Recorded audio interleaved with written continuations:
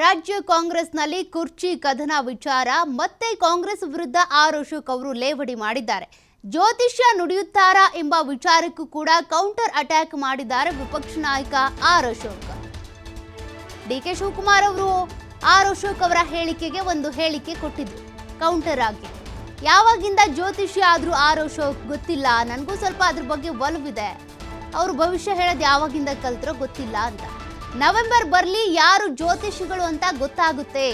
DK Shivakumar ಹೇಳಿದಂತೆ ಒದ್ದು ಕಿತ್ಕೊಳ್ತೇವೆ ಅನ್ನೋದ್ರ ಅರ್ಥ ಏನು? ಹಾಗಾದ್ರೆ ಕಾಂಗ್ರೆಸ್ ನಾಯಕರಿಗೆ ಟಾಂಟ್ ಕೊಟ್ಟಿದ್ದಾರೆ ವಿಪಕ್ಷ ನಾಯಕ ಆರ್ ಅಶೋಕ್.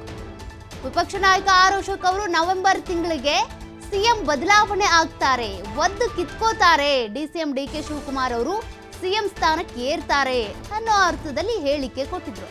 ಅದಾದ ಬಳಿಕ ಡಿಕೆ ಶಿವಕುಮಾರ್ ಅವರು ಕೂಡ ವ್ಯಂಗ್ಯವಾಡಿದ್ರು, ಯಾವಾಗ ಜ್ಯೋತಿಷ್ಯ ಆದ್ರು ಆರ್ ಅಶೋಕ್ ಅಂತ.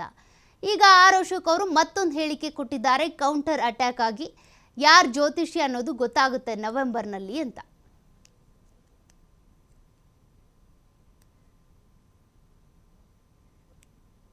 ಈಗ ನವೆಂಬರ್ ಬರಲಿ ಯಾರು ಸತ್ಯ ಯಾರು ಸುಳ್ಳು ಅನ್ನೋದು ಗೊತ್ತಾಗ್ತದೆ. ಮತ್ತೆ ಡಿ ಕೆ ಶಿವಕುಮಾರ್ ಯಾಕೆ ಹೇಳಿದ್ರ ಒದ್ ಕಿತ್ಕೊಂತಿ ಅಂತ ಏನು ಹುಚ್ಚಿಡ್ತಿದ್ದ ಡಿ ಕೆ ಶಿವಕುಮಾರ್ ಅವ್ರಿಗೆ? ಅಸೆಂಬ್ಲಿಯಲ್ಲಿ ಯಾಕೆ ಬಂತು ಪ್ರಸ್ತಾವನೆ? ನಾನೇನು ಹೇಳಿದ್ನ? ಈಗ ಮಂಡ್ಯದಲ್ಲಿ MLA ಹೇಳ್ತಾ ಇದ್ದಾರಲ್ಲ, ಬಾಲಕೃಷ್ಣ ಹೇಳ್ತಾ ಇದ್ದಾರಲ್ಲ, ಅವ್ರು ಯಾವ ಜ್ಯೋತಿಷ್ಯ ಎಲ್ಲ ಇಟ್ಕೊಂಡಿದ್ದಾರೆ? ಕಾಂಗ್ರೆಸ್ MLAಗಳೆಲ್ಲ ಹೇಳ್ತಾ ಇದ್ದಾರಲ್ಲ ಡಿ ಕೆ ಶಿವಕುಮಾರ್ ಮುಖ್ಯಮಂತ್ರಿ ಆಗ್ತಾರೆ ಅಂತ, ಅವ್ರು ಯಾವ ಜ್ಯೋತಿಷ್ಯ ಇಟ್ಕೊಂಡಿದ್ದಾರೆ? ನವೆಂಬರ್ ಬರಲಿ ಗೊತ್ತಾಗ್ತದೆ ಯಾರು ಸತ್ಯ ಯಾರು ನಿಜ ಅಂತ. ಈಗ ನವೆಂಬರ್ ಬರಲಿ ಯಾರು ಸತ್ಯ ಯಾರು ಸುಳ್ಳು ಅನ್ನೋದು ಗೊತ್ತಾಗ್ತದೆ.